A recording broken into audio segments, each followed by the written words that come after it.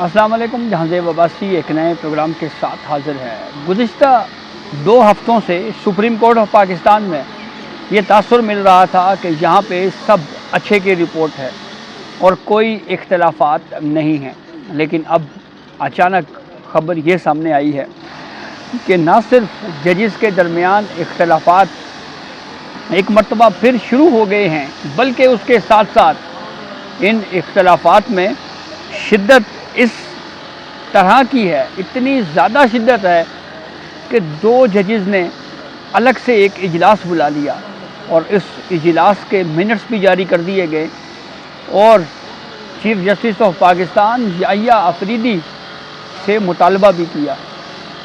इसको हम within the judiciary grouping कहें, बगावत कहें या इख्तलाफात या लड़ाई कहें, बहरहाल एक चीज़ तो बिल्कुल वाज़ेह है कि जो गुज़िश्ता 2 हफ़्तों से जो तासुर मिल रहा था वो सारा तासुर गायब हो गया है और जस्टिस मंसूर अली शाह और जस्टिस मुनीब अख्तर का लिखा गया एक ख़त मंजर आम के ऊपर आया है। इस पर तफसील से आपको बताते हैं कि उस ख़त में कहा क्या गया है। तफसीलात में जाने से पहले एक आपसे रिक्वेस्ट है कि चैनल सब्सक्राइब कर लें ताकि नई आने वाली वीडियो या अपडेट आपको बर वक्त मिल सके। हुआ ये कि सुप्रीम कोर्ट के जज जस्टिस मंसूर अली शाह जब साबिक चीफ जस्टिस काजी फ़ाइज़ ईसा की अलविदाई रेफरेंस और उससे पहले तैयारियां चल रही थी, तो अचानक जस्टिस मंसूर अली शाह के हवाले से खबर ये आई कि वो उम्रे की अदायगी के लिए सऊदी अरब रवाना हो रहे हैं। जस्टिस मंसूर अली शाह उम्रे की अदायगी के बाद जब पाकिस्तान वापस आए तो 31 अक्टूबर हफ्ते के रोज़ उन्होंने एक इजलास बुलाया और ये इजलास जस्टिस मुनीब अख्तर के चैम्बर में हुआ और उस इजलास में फ़ैसला ये किया गया, 2 जजेस ने फ़ैसला कर लिया कि 26वीं आईनी तरमीम को सुप्रीम कोर्ट के फुल कोर्ट के सामने समाअत के लिए मुकर्रर किया जाए। ना सिर्फ ये फ़ैसला हुआ बल्कि ये भी कहा गया कि 4 नवंबर को फुल कोर्ट 26वीं तरमीम के ख़िलाफ़ जो दरखास्तें हैं उनके ऊपर समाअत करेगी। रजिस्ट्रार सुप्रीम कोर्ट को इस मामले के ऊपर ख़त भी लिखा गया और कहा गया कि आप कार्डिस जारी कर दें, फुल कोर्ट जजेस पर मुश्तमिल सारे जजेस इसमें शामिल हों। लेकिन chief justice of Pakistan Yahya Afridi ने उस मुतालबे को रद्द किया, मुस्तरद किया और अब जुडिशल कमीशन के इजलास में आइनी बेंचेस के लिए जजेस की नामजदगी के बाद जो है वो मुमकिना तौर के ऊपर ये कहा जा सकता है कि 26वीं आइनी तरमीम का केस समाअत के लिए मुकर्रर होगा। जो ख़त 31 अक्टूबर की कमेटी मीटिंग में के बाद जो लिखा गया, जो जस्टिस मुनीब अख्तर के चैम्बर में हुई, उसमें न सिर्फ ये फ़ैसला किया गया कि 26वीं तरमीम केस फुल कोर्ट के सामने लगाया जाए, बल्कि 4 नवंबर को फुल कोर्ट इस केस की सुनेगी। और फिर जब ये नहीं केस लगाया गया तो दोनों जजेस ने, जस्टिस मुनीब अख्तर ने और जस्टिस मंसूर अली शाह ने एक मुश्तरका ख़त लिखा चीफ जस्टिस ऑफ पाकिस्तान को, जिसमें ये कहा कि ये फ़ैसला किया गया था कि केस 4 नवंबर को फुल कोर्ट सुनेगी। कमेटी फ़ैसले के बावजूद ना ही कोई कार्डिस जारी हुई और ना ही फुल कोर्ट तश्कील दिया गया और चीफ जस्टिस के इजलास ना बुलाने पर सेक्शन 2 के तहत हम जजेस ने खुद इजलास बुला लिया। दोनों जजेस ने इजलास में फ़ैसला किया कि 26वीं तरमीम के ख़िलाफ़ केस 4 नवंबर को फुल कोर्ट सुनेगी। दोनों जजेस ने 31 अक्टूबर की meeting minutes registrar supreme court को वेबसाइट के ऊपर पब्लिक करने की भी हिदायत की थी। और अब जो दूसरा एक और ख़त सामने आया है उसमें कहा गया है कि इसी हफ्ते 26वीं आईनी तरमीम के ख़िलाफ़ दरखास्तें फुल कोर्ट के सामने लगाई जाएं और हमारे मतला करने के बावजूद भी जजेस कमेटी इजलास नहीं बुलाया गया। चीफ जस्टिस ऑफ पाकिस्तान की तरफ से मीटिंग ना बुलाने पर इजलास किया और जजेस कमेटी ने 4 नवंबर को केस समाअत के लिए मुकर्रर करने का कहा और 2 रुकनी जजेस कमेटी का फ़ैसला अब भी इन दोनों जजेस का क्लेम है कि वो बरकरार है।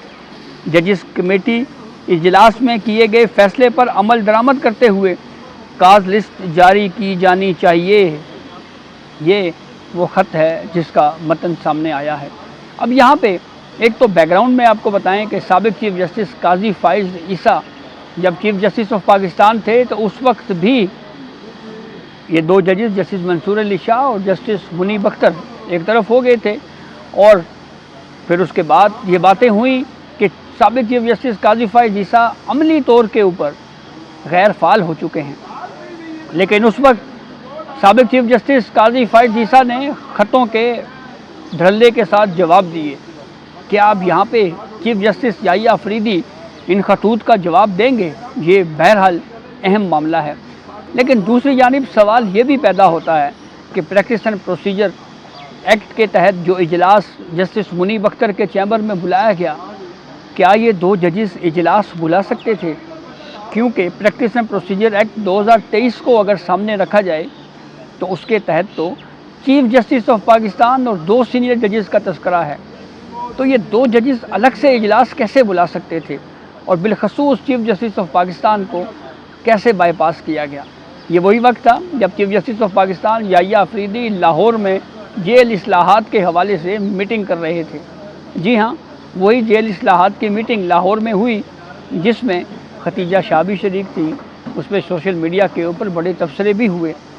अब ऐसी सूरत हाल में आज के जुडिशल कमीशन इजलास में क्या ये दोनों मेंबरान जस्टिस मंसूर अली शाह और जस्टिस मुनीब अख्तर शरीक होंगे या नहीं?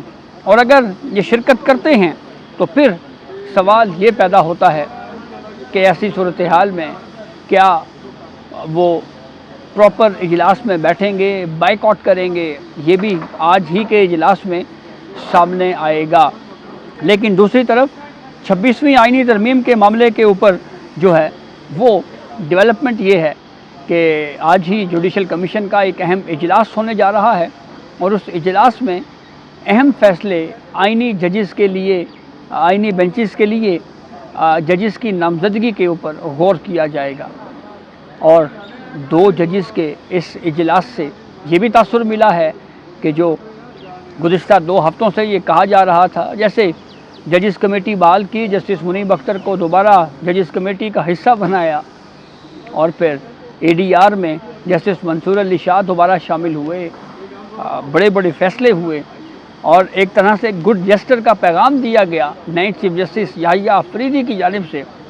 ऐसे वक्त में दोबारा से खतूत लिखना और फिर सबसे अहम बात कि 26वीं तरमीम का वो मामला जिसमें chief justice of Pakistan Yahya Afridi, justice Munib Akhtar और जस्टिस मंसूर अली शाह ये कहीं ना कहीं मुतासरा या उसके फ़ायदा उठाने वाले हैं।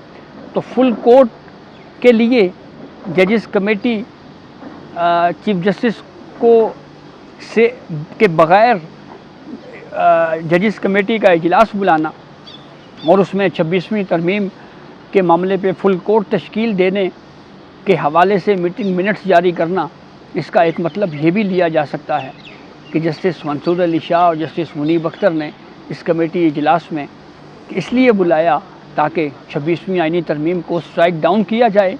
और फिर अगर स्ट्राइक डाउन हो जाती तो फिर क्या होता? फिर जस्टिस मंसूर अली शाह क्या चीफ जस्टिस ऑफ पाकिस्तान बन जाते? ये वो अहम सवालात हैं जिसके ऊपर बहरहाल आगे चल के अभी बड़ी डिस्कशन होनी है। तो ऐसी सूरत हाल में मेरे ख्याल में chief justice of Pakistan Yahya Afridi को जवाबी ख़त लिखना चाहिए। ये ज़्यादा बेहतर होता कि दोनों जज साहिबान जस्टिस मंसूर अली शाह और justice Munib Akhtar chief justice of Pakistan Yahya Afridi को ख़त लिख देते और उसमें कहते कि 26वीं आईनी तरमीम के ख़िलाफ़ दरख्वास्तों को समाअत के लिए मुकर्रर किया जाए। लेकिन ऐसा नहीं किया गया, बल्कि ख़ुद से मीटिंग बुलाई गई और इससे फिर तासुर यही उभरता है कि न सिर्फ जुडिशरी के अंदर एक मरतबा फिर इख्तलाफात बढ़ रहे हैं, बल्कि ये इनमें मज़ीद शिद्दत भी आई। और दूसरी जानिब डेवलपमेंट तो ये भी है कि गुज़िश्ता रोज़ पार्लियामेंट ने जो कानून बनाया है प्रैक्टिस एंड प्रोसीजर तरमीमी एक्ट 2024, उसके बाद तो वैसे भी ये जजेस कमेटी मीटिंग और इसका जो फ़ैसला है वो अमली तौर के ऊपर गैर मौसर होता हुआ नज़र आ रहा है। तो देखें आज का दिन, आज 5 नवंबर 2024 से हमारी superior court, supreme court of Pakistan में क्या कुछ होता है और क्या हमें नए नए तनाज़ात देखने को मिलेंगे। तो ये अब तक की अपडेट थी जिससे हमने आपको आगाह किया। बहुत शुक्रिया।